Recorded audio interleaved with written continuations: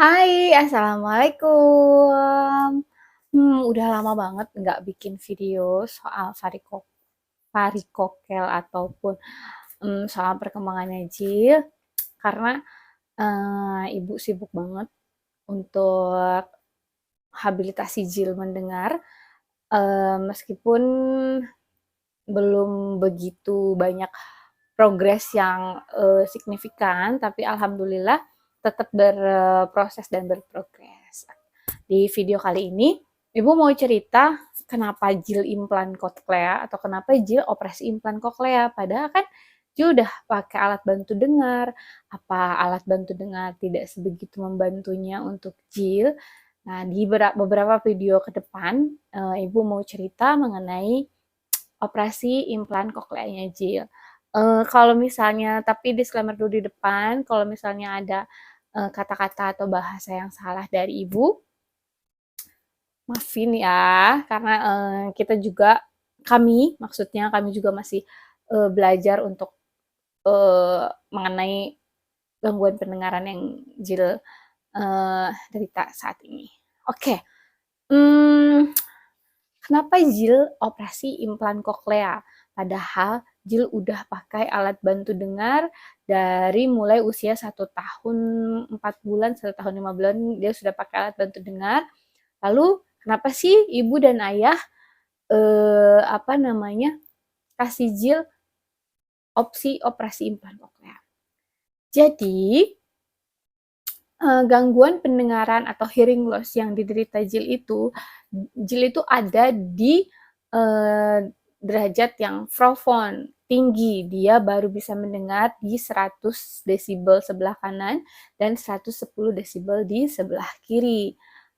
Untuk alat bantu dengar, sepertinya dari pengalaman-pengalaman orang tua lain dan masukan dari dokter pun, untuk derajat yang hearing loss yang profon seperti Jil, alat bantu dengar tidak sebegitu membantunya. Tapi ada di beberapa anak yang hearing loss-nya profon seperti Jil, terbantu sekali dengan alat bantu dengar. Ada banyak contohnya yang sudah terbantu. Mungkin kalau di searching di YouTube atau googling juga banyak kok anak-anak yang hearing loss-nya sama kayak Jil, tapi dia terbantu dan udah berbicara verbal hanya dengan menggunakan alat bantu dengar, tidak operasi implan koklea. Tapi setelah ibu dan ayah ngobrol berdua, setelah ibu dan ayah meminta petunjuk, akhirnya kami memutuskan untuk operasi implan koklea untuk Jil gitu. Nah, sebelum Jil operasi implan koklea kan dia sudah pakai alat bantu dengar sekitar 5-6 bulanan ya, 5 bulan kurang lebih. Nah, apakah ada kemajuan nggak sih Jil waktu pakai alat bantu dengar? Alhamdulillah ada. Di 5 bulan dia pemakaian alat bantu dengar, Jil itu sudah respon dengan suara di 50 desibel. Jadi dia itu sudah bisa menengok ke arah yang tepat saat 50 desibel saat di 5 bulan pemakaian ABD. Bahkan Jil itu sudah bisa mengimitasi dadah meskipun D-nya hilang, tapi dia kalau mau pergi, ketemu orang baru, atau mau pamitan sama siapapun, dia selalu bilang "Aah, aah", tapi tangannya melambai "Aah, aah", D-nya tuh belum keluar. Tandanya mungkin dia sudah respon dengan baik ya. Maka dari itu kami semakin yakin jika kami memberikan opsi Jil untuk operasi implan koklea, mungkin akan lebih baik lagi gitu. Karena dia dengan ABD pun ternyata dia terbantu gitu. Nah, ternyata untuk bisa operasi implan koklea itu ternyata tidak semudah itu ya. Setelah kami cari-cari tahu, cari-cari opsi dan ketemu dokter yang untuk operasi Jil, ternyata tuh tidak semua anak yang dengan gangguan pendengaran itu bisa operasi implan koklea. Jadi ada ternyata yang tidak kandidat. Jadi dia Jill harus melalui dulu yang namanya MRI dan CT scan untuk dilihat anatomi di dalamnya juga si rumah siputnya, terus mungkin syaraf pendengarannya juga di dalam memungkinkan atau tidak untuk ada alat atau implan yang dimasukkan di dalam telinganya dia, di belakang telinganya dia. Nah, itu tuh jadi saat itu menjadi salah satu hal yang bikin ibu dan ayah deg-degan juga gitu. Takutnya, hah, ternyata Jill tidak kandidat gitu, kayak bisa dengan alasan apapun ya, misalnya anatominya yang tidak bagus untuk dipasangkan implan atau bisa alasan apapun, itu bisa menjadi salah satu hal yang bikin ibu dan ayah khawatir, deg-degan. Nah, apalagi harus menjalani MRI dan CT scan di mana dia harus tidur lelap, otomatis dia harus dibius kan. Waktu Jill pemeriksaan gangguan dengar yang Beradara SSR aja, dia dibikin tidur dengan obat tidur kan, itu cukup bikin kami cemas ya, apalagi nanti pas dia MRI, CT scan, dia harus dengan obat tidur juga, dibius total tidur. Wah, itu juga kayak bikin ayah sama ibunya maju mundur. Operasi nggak ya? Operasi nggak ya? Operasi nggak ya? Gitu. Tapi alhamdulillah ayahnya Jill selalu menguatkan ibu untuk kayak semua pasti udah ada jalannya. Semua udah pasti udah ada jalannya. Nah, permasalahan utamanya sebetulnya adalah operasi implan koklear itu mahal. Bagi kami itu mahal, mahal banget. Bagi kami itu mahal banget. Kurang lebih seharga rumah untuk kami ya. Karena untuk alatnya saja yang basic, itu harganya kurang lebih 400 juta untuk kanan kiri. Kalau untuk sebelah ya berarti setengahnya ya. Kalau untuk kanan kiri itu kurang lebih 400 juta. Nah, di dunia ada 3 merek yang yang diakui untuk implan itu. Ada Advance Bionic, ada Medel, dan ada Cochlear. Nah, hanya itu yang diakui di internasional. Nah, dari ketiga merek itu, ya harganya sama aja. Harganya sama. Nggak ada yang kayak, yang ini lebih murah, yang ini lebih murah banget. Nggak, harganya standar sama aja. Dan di Indonesia cuma ada 3 perusahaan juga yang maksudnya yang memegang satu merek itu. Ada Cochlear dipegang oleh Kasum, terus Advan Bionic itu di Nobel, dan Medel itu ya sama Medel. Jadi merek implan koklear yang diakui internasional itu cuma ada 3. Maksudnya beda sama alat bantu dengar atau hearing aids yang banyak mereknya kan. Kalau implan itu cuma ada 3 itu aja. Jadi, nah, permasalahan utamanya sebetulnya di harga yang fantastis banget ya untuk kami gitu. Kalau masalah operasinya sebetulnya ada 2 opsi, bisa bayaran pribadi atau pakai BPJS Kesehatan. Jadi kalau pakai BPJS Kesehatan itu free biaya operasi, namun ya seperti biasa kalau pakai BPJS kan harus pakai rujukan dan operasinya di RSCM, dan nanti dokternya mereka yang menyediakan gitu. Tapi kalau misalnya pakai pribadi, kita bisa, misalnya saya pengen sama dokter A, ya udah cari rumah sakit yang si dokter A itu bisa operasinya di mana gitu. Tapi yang pakai BPJS pun bagus, bagus-bagus aja, sama aja sebetulnya. Cuman ya kalau pakai BPJS ya harus sabar nunggu jadwal gitu. Dan harus bolak-balik ke RSCM karena kalau BPJS di RSCM gitu. Masya Allah, Masya Allah banget, dalam waktu 3-4 bulan terkumpul uang sebanyak itu, yang kita aja tuh nggak tahu, tiba-tiba aja kayak tiba-tiba ya ada uangnya.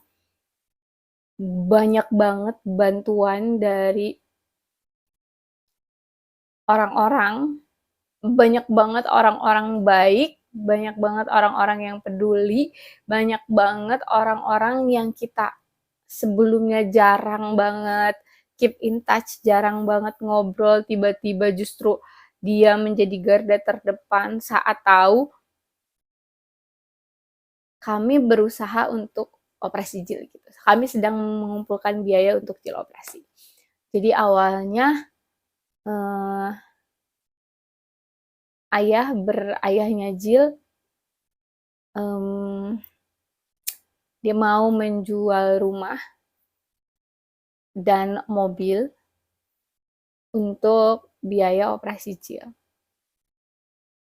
Saat itu yang ada di pikiran saya adalah, ayah nggak apa-apa rumahnya dijual. Tiba-tiba, karena ini rumah ayahnya, jadi ini rumah ayahnya Jil sebelum nikah sama saya gitu. Jadi tidak ada sama sekali campur tangan uang saya di sini gitu. Jadi haknya dia untuk menjual rumah ini. Terus saya tanya, ayah nggak apa-apa dijual rumahnya? Dan jawaban ayahnya Jil itu yang bikin saya semakin yakin kalau Allah itu menitipkan sesuatu pasti di orang yang tepat gitu. Karena tiba-tiba ayahnya Jil bilang gini, Bu, harta dunia nggak aku bawa mati. Harta di dunia tidak akan menyelamatkan aku di akhirat. Yang bisa nyelamatin aku di akhirat itu cuma doa anak yang soleh. Allah titip ganjil di aku karena Allah tahu, Allah yakin aku akan mengikhtiarkan segalanya yang terbaik buat anak aku. Aku nggak tahu umur kita sampai kapan, tapi sebelum kita meninggal, aku cuman pengen anak aku bisa mandiri, berdiri di kakinya sendiri. Untuk rumah dan mobil, insya Allah bisa kita cari lagi. Insya Allah. Dari situ aku yakin, aku nggak mau mendebat ayahnya Jil. Aku bilang, aku ikut apapun keputusan ayah. Dia bilang, ini anak yang aku usahakan selama 8 tahun terakhir. Aku nggak mau mengecewakan Allah. Aku mau mengusahakan yang terbaik untuk Jil. Dari situ, kami mulai pasang iklan jual rumah, jual mobil, mobil akhirnya terjual. Untuk rumah kan agak sulit ya, maksudnya rumah itu bukan hal yang mudah untuk dijual. Jadi butuh waktu, dan suamiku itu orang yang nggak punya sosmed, nggak pernah update status di WhatsApp, ya hidupnya lempeng-lempeng aja gitu. Satu kali, dia sekali-kalinya update status di WhatsApp itu gambar rumah kita dan tulisannya dijual rumah. Sampai teman-temannya bereaksi, teman-teman kantornya, teman-teman mainnya, teman-teman semualah teman-temannya bereaksi atas status itu karena itu nggak pernahnya dia kayak gitu. Sampai bosnya tanya, rumah siapa itu yang mau dijual? Dia bilang, rumah saya. Kenapa? Akhirnya dia cerita semuanya. Akhirnya dia cerita soal Jil. Dan Masya Allah, Allah gerakkan hati teman-temannya ayahnya tiba-tiba teman-teman ayahnya bikin account di Kitabisa. Mereka ngumpulin donasi untuk Jil di Kitabisa. Untuk Jil mereka sebar linknya. Terus mereka juga akhirnya kasih link itu ke saya. Siapa tahu saya mau sebar di teman-teman saya. Sejujurnya saat itu saya malu untuk ikut menyusahkan orang lain. Tapi banyak orang yang meyakinkan kalau enggak, ini enggak nyusahin, ini salah satu bentuk kasih dari mereka untuk Jil gitu, sayang mereka untuk Jil. Akhirnya saya cuma bagikan link itu di teman-teman circle terdekat saya, dan Masya Allah tanggapannya banyak banget yang sayang sama Jil. Bahkan itu tadi orang-orang yang sebelumnya nggak pernah chit chat, ya kenal cuman sambil lalu aja, itu tiba-tiba, gue sebar linknya ya, gue sebar, gue bantu sebar ya. Saudara-saudara yang di Bandung, teman-teman pada bikin donasi sendiri, sampai akhirnya uang donasi itu terkumpul sekitar, di Kitabisa tuh sekitar 50 sekian, hampir 60 juta dalam waktu 2 bulan. Masya Allah ya, dalam waktu 2 bulan hampir 60 juta. Terus tiba-tiba masih kurang sekitar, selain menjual mobil dan dari uang donasi, masih kurang sekitar 300 jutaan lagi lah kurang lebih. Kami tetap berharap dari menjual rumah ini.